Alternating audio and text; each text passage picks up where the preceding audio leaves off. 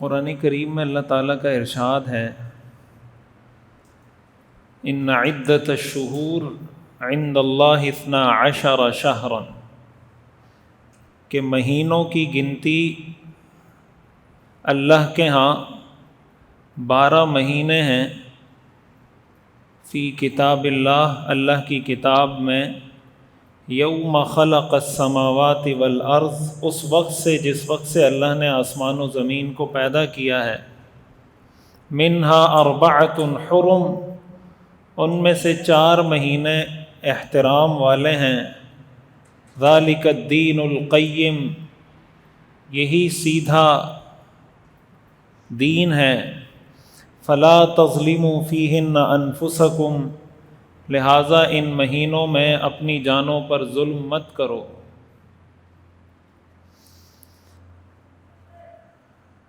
مہینے سال میں 12 مہینے ہوتے ہیں، اور سال میں 12 مہینوں کی جو تعداد ہے یہ اللہ نے مقرر کی ہے۔ قرآن میں اللہ تعالیٰ نے اس کا ذکر کیا ہے کہ جو 12 مہینے ہوتے ہیں سال میں، یہ گنتی یہ ہماری بنائی ہوئی ہے، اور ان 12 مہینوں میں سے اللہ تعالیٰ نے فرمایا کہ 4 مہینے محترم ہیں، حرمت والے ہیں۔ اور ظاہر قرآن کریم میں بہت سی جگہوں پر کسی بھی واقعے کا، کسی بھی حکم کا ذکر ہوتا ہے، حدیث شریف میں رسول اللہ صلی اللہ علیہ وسلم اس کی وضاحت فرما دیتے ہیں کہ اس کا مطلب کیا ہے۔ تو رسول اللہ صلی اللہ علیہ وسلم نے اس آیت کی تشریح میں، تفسیر میں فرمایا کہ یہ جو اللہ تعالیٰ نے 4 مہینوں کو حرمت والا قرار دیا ہے، احترام والا قرار دیا ہے، رسپیکٹ والا قرار دیا ہے، وہ 4 مہینے ذی قعدہ، ذی الحجہ، محرم اور رجب، یہ 4 مہینے، ذی قعدہ، ذی الحجہ، محرم اور رجب، یہ 3 مہینے تو ساتھ ہیں سیکوینس میں، ذی قعدہ ہے، پھر اس کے بعد ذی الحجہ ہے، پھر اس کے بعد محرم ہے، اور چوتھا مہینہ رجب ہے۔ اب اس میں ہمارے لیے سیکھنے، سمجھنے اور عمل کرنے کی بہت سی چیزیں ہیں۔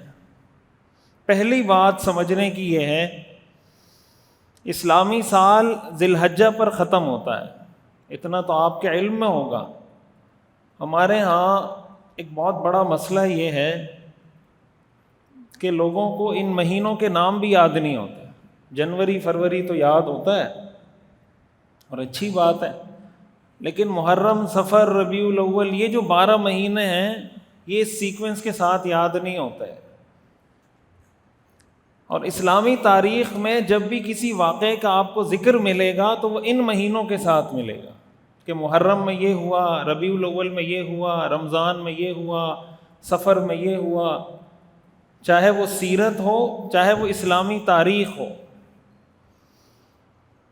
جو بھی آپ کو ذکر ملے گا وہ ان جن کو ہم اسلامی مہینے کہتے ہیں، قمری مہینہ آپ کہہ لیں اس کو، جن کا تعلق چاند کے ساتھ ہے۔ اچھا، بعض لوگ یہ سمجھتے ہیں کہ یہ جنوری، فروری یہ کوئی انگریزوں کے مہینے ہیں اور محرم، صفر یہ مسلمانوں کے مہینے ہیں۔ یہ دونوں مہینے ہی مسلمانوں کے ہیں، اس میں یہ تفریق ٹھیک نہیں ہے انگریز اور مسلمان والی۔ فرق اتنا ہے کہ جو جنوری فروری والا جو کیلنڈر ہے، اس کا تعلق حضرت عیسیٰ علیہ السلام کی ولادت سے ہے، اور جو اسلامی کیلنڈر جس کو ہم کہتے ہیں قمری کیلنڈر، اس کا تعلق حضور علیہ السلام کی ہجرت سے ہے۔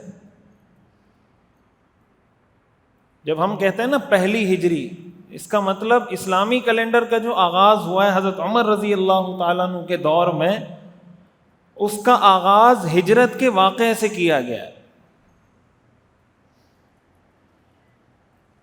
کہ ہجرت کا واقعہ گویا اسلامی کیلنڈر کا پہلا سال تھا، پھر جو ہجرت کا دوسرا سال تھا وہ اسلامی کیلنڈر کا دوسرا سال تھا، ہجرت کا تیسرا سال وہ اسلامی کیلنڈر کا تیسرا سال، یوں یہ 1447 سال گزر چکے ہجرت کو. تو ایک بات کہ اسلامی کیلنڈر، یا جس کو قمری کیلنڈر، اسلامی کیلنڈر کہنے کا مقصد یہ کہ ہمارے ہاں عرف میں اس کو اسلامی کیلنڈر کہا جاتا ہے. یہ میں اس لیے کہہ رہا ہوں، ہمارے ہاں لوگوں کا مزاج یہ ہے کہ بات پہ توجہ نہیں دیتے، تلاش کرتے ہیں کہیں سے کوئی ایسا پوائنٹ ملے، کیڑا نکالیں کسی بات میں. بات پہ فوکس کرنا چاہیے، بات کیا ہو رہی ہے. اب پچھلے جمعوں میں نے بیانات کیے نا میراث کے حوالے سے، اور یہ بار بار بتایا کہ والد زندگی میں جو میراث دے وہ میراث نہیں ہوتی. والد اگر یہ کہے کہ میں زندگی میں میراث تقسیم کر رہا ہوں تو وہ میراث نہیں کہلاتی، بلکہ اس کو شریعت ہبہ سمجھتی، گفٹ سمجھتی ہے. تو اس پر میراث کے احکام جاری نہیں ہوں گے. کون سے احکام جاری ہوں گے؟ گفٹ کے، ہبہ کے. اس لیے اس کو میراث کہنا ہی غلط ہے. اب اس پہ میں نے پورا بیان کیا. مجھے کچھ ساتھیوں کا میسج آیا کہ والد کی زندگی میں جو جائیداد تقسیم ہوتی ہے اس کو میراث تو نہیں کہتے. آپ بار بار اپنے بیان میں کہہ رہے ہیں کہ والد کی زندگی میں اگر میراث کی تقسیم کا مطالبہ کریں تو آپ میراث کا لفظ کیوں استعمال کر رہے ہیں؟ بات سمجھ میں آ رہی ہے؟ حالانکہ پورا بیان میرا کس پر تھا کہ والد کی زندگی میں جو جائیداد تقسیم ہوتی ہے اس کو میراث نہیں کہتے. یہ پوری بات نہیں سن رہے، کہہ رہے ہیں یہ میراث کا لفظ آپ نے کیوں استعمال کیا کہ والد کی زندگی میں اگر میراث کی تقسیم کا مطالبہ، یہ میراث کا ورڈ کیوں یوز کیا؟ یہ ہمارے لوگوں کے حالات ہیں.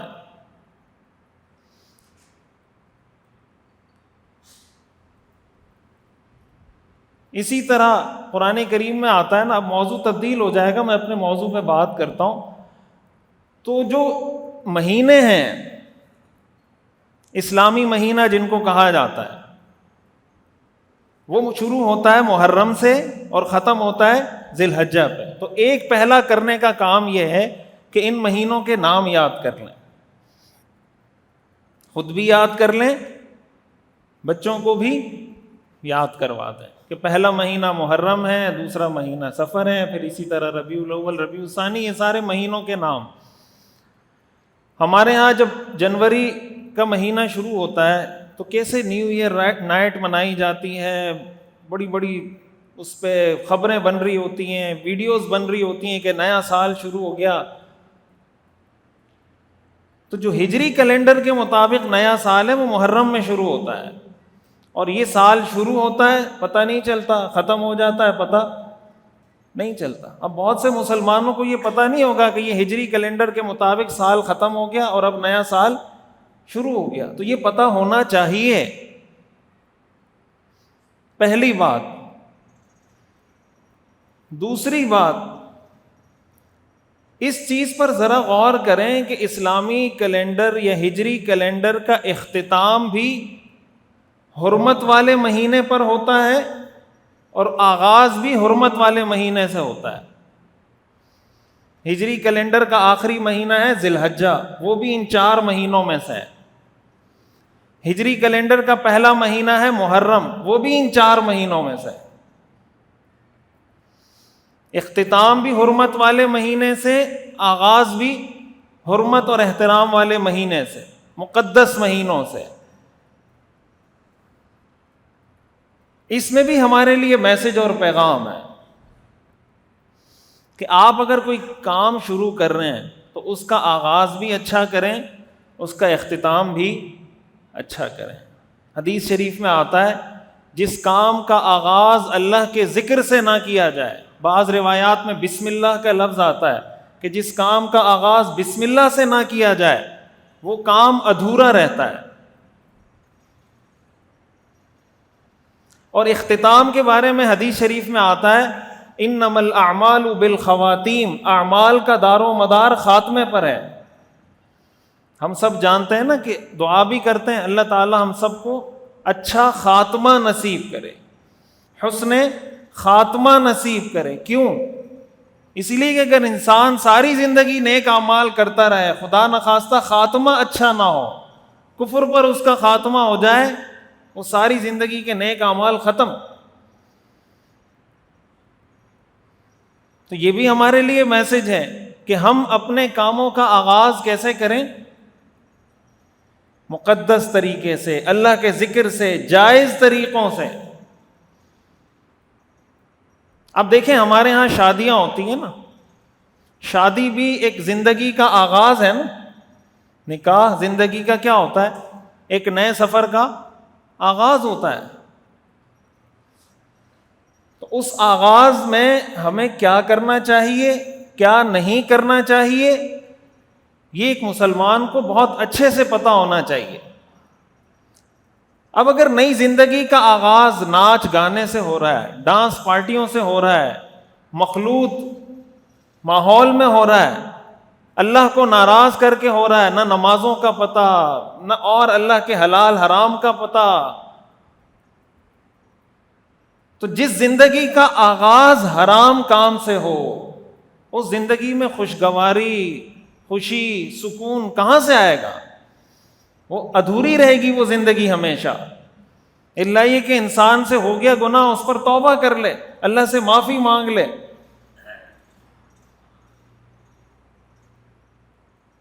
ہم نے تو یہ بھی دیکھا کسی کو اللہ نے بیٹا دیا، اب وہ عقیقہ کرنے جا رہا ہے تو عقیقے میں میوزک چل رہا ہے. عقیقے کی کوئی تقریب ہو رہی ہے تو اس میں کیا چل رہا ہے؟ میوزک چل رہا ہے. کیوں بھائی؟ اللہ نے اس کو بیٹا دیا. اللہ نے بیٹا دیا ہے تو سیلیبریٹ کس طریقے سے کر رہے ہیں؟ میوزک بجا کر. اللہ نے نکاح کا ایک رشتے میں باندھا ہے تو سیلیبریٹ کس طرح سے کر رہے ہیں؟ میوزک سے کر رہے ہیں.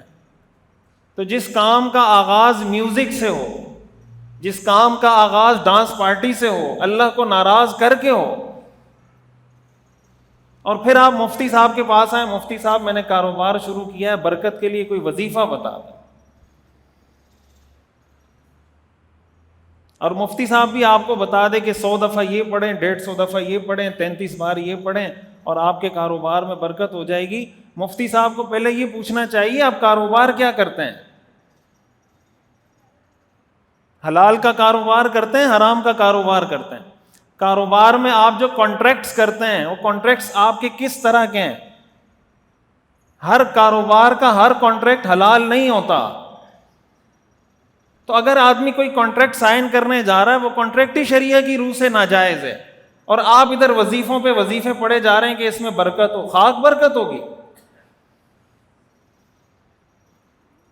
بھائی ایک آدمی دودھ میں پانی ملا رہا ہے، اس کا دودھ کا کاروبار ہے، اور آپ کے پاس آتا ہے مفتی صاحب کاروبار میں برکت کا وظیفہ بتائیں، اور روزانہ 30 کلو پانی ملا رہا ہے، وہ 30 لیٹر پانی اپنے دودھ میں، اور آپ اس کو بتا دیتے ہیں 100 دفعہ یا حیو یا قیوم پڑھیں اور 33 دفعہ سبحان اللہ پڑھیں، اور تو بس یہ کافی ہے کاروبار میں برکت کے لیے؟ یا پہلے اس کو یہ بتانا ہوگا کہ دودھ میں پانی ملانا بند کریں؟ اللہ معاف کرے، ہم نے جو دین کا حلیہ بگاڑا ہے نا، خصوصاً ہمارے ہاں بر صغیر پاکستان، ہندوستان، بنگلہ دیش میں، اور اس پہ بڑا ظلم کہ اپنے علاوہ کسی کو دیندار بھی نہیں سمجھتے. ہم یہ سمجھتے ہیں کہ دین کے ٹھیکیدار ہم ہیں، اور دین پہ جتنا عمل ہم کرتے ہیں کوئی نہیں کرتا.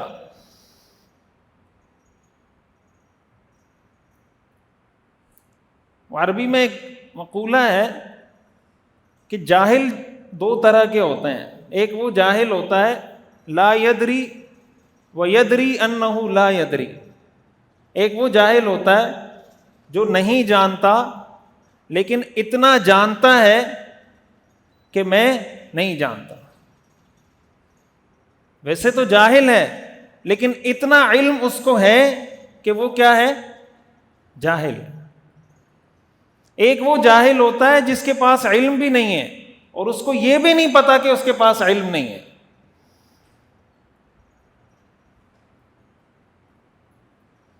انگریزی میں اگر میں آپ کو بتاؤں نا کہ he doesn't know but he knows that he doesn't know. He doesn't know but he knows that he doesn't know. اور ایک کیا ہے؟ doesn't know and does not know that he does not know. لا یدری ولا یدری انہ لا یدری, نہیں جانتا اور یہ بھی نہیں جانتا کہ وہ نہیں جانتا. یہ ڈبل جہالت ہے. ایسے جاہل کو کبھی ہدایت نہیں ملتی. ایسے جاہل کو ہدایت کہاں سے ملے گی جب اس کا دعویٰ یہ ہے کہ میں عالم ہوں, مجھ سے بڑا کوئی عالم نہیں, مجھ سے زیادہ کسی کے پاس علم نہیں. ہدایت تو اس کو ملتی ہے جو پہلے یہ اعتراف کرے کہ میں جاہل ہوں, پھر ہدایت ملتی ہے. ایک گلاس کو اگر آپ نے پہلے سے پانی سے بھرا ہوا ہے, کہاں سے بھرے گا وہ؟ پہلے گلاس کو خالی کرنا پڑے گا, پھر بھرے گا وہ.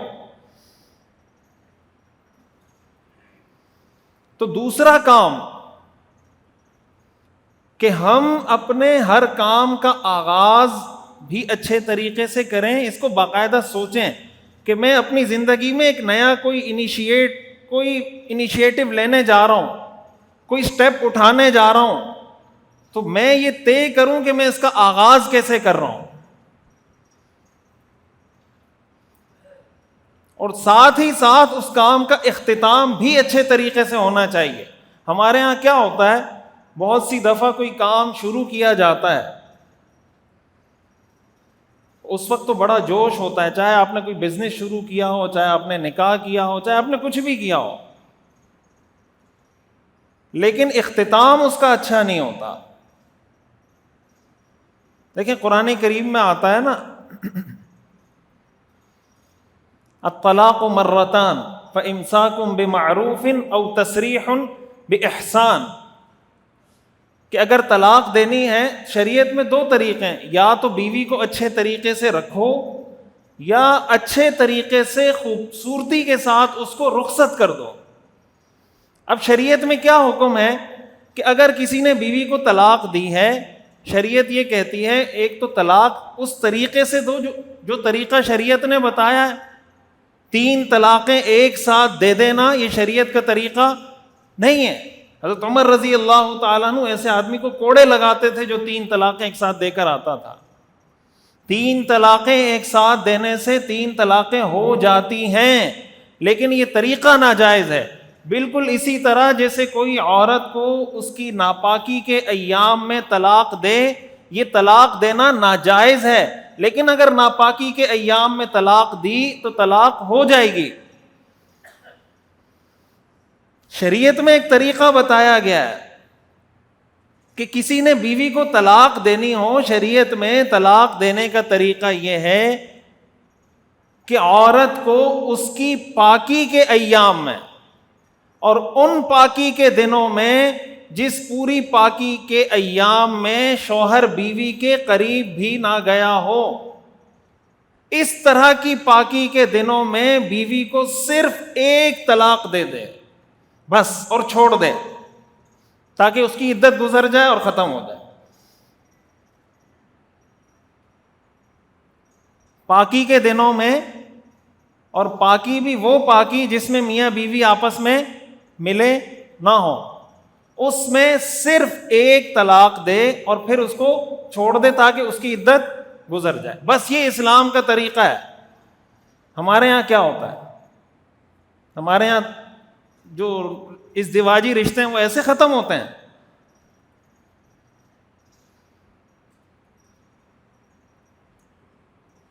تو قرآن یہ کہتا ہے کہ اگر روکنا ہے تو اچھے طریقے سے روک کے رکھو, جو اس کے حقوق ہیں ادا کرو. رخصت کرنا ہے تسریح باحسان, احسان کے ساتھ اس کو رخصت کرو.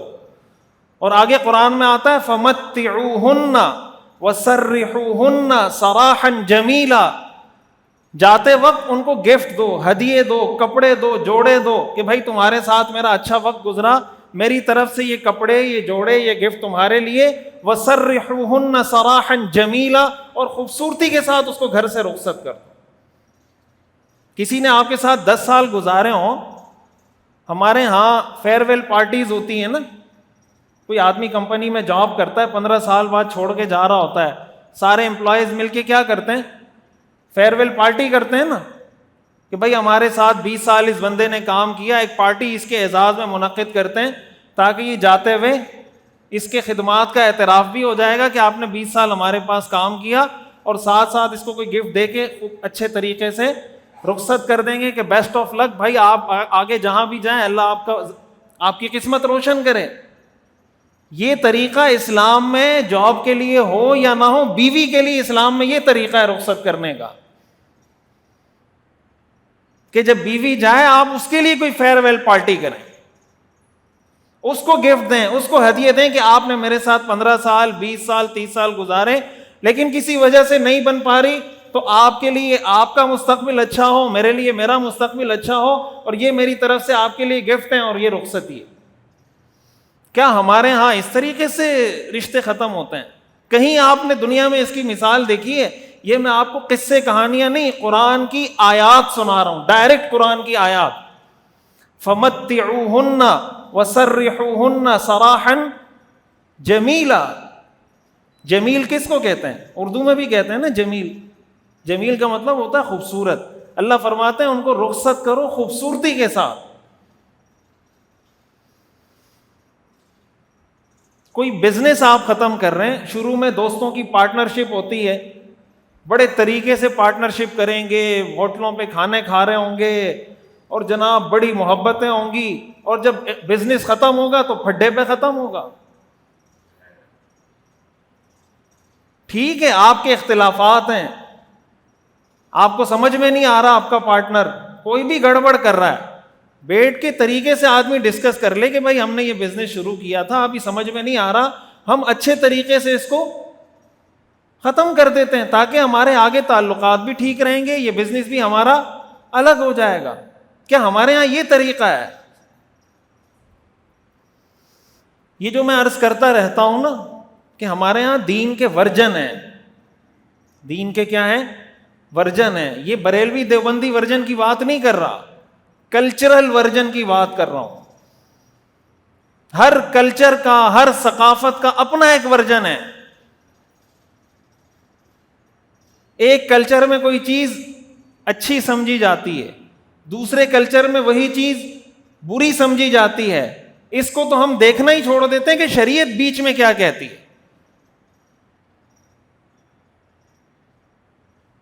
شریعت کیا کہتی ہے؟ مثال کے طور پر کوئی آدمی بیوی کو بائک پہ بٹھا کے لے کے جا رہا ہے، کہیں شاپنگ کے لیے لے جا رہا ہے، گھمانے لے جا رہا ہے، کہیں بھی لے جا رہا ہے،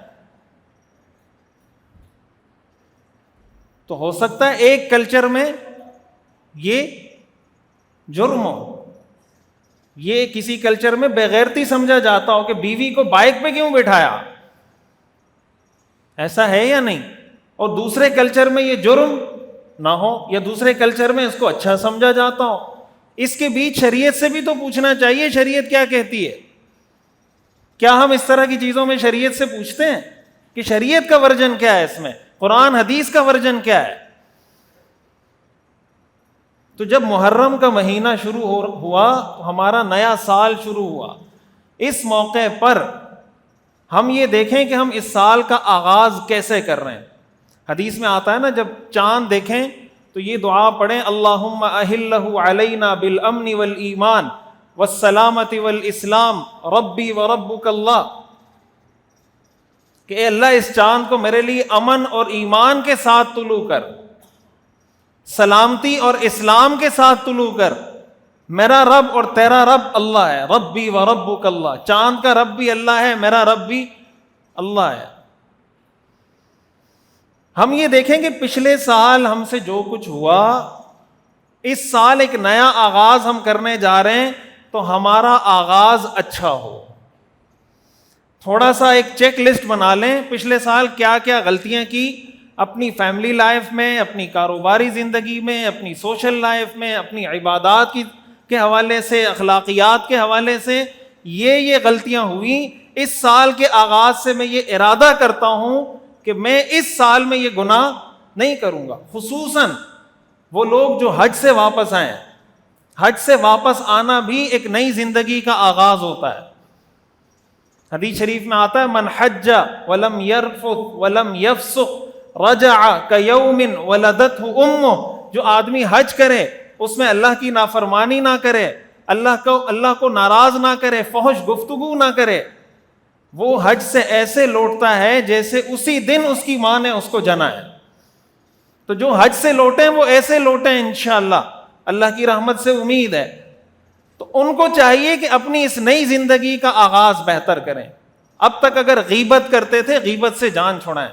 کسی کے ساتھ حسد تھا، بغض تھا، نفرت تھی، کاروبار میں حلال حرام کی ملاوٹ تھی، ان ساری چیزوں پہ غور کریں کہ اب حج کے بعد یہ سب کچھ نہیں ہوگا. اللہ تعالی ہمیں سمجھنے کی اور عمل کرنے کی توفیق عطا فرمائے.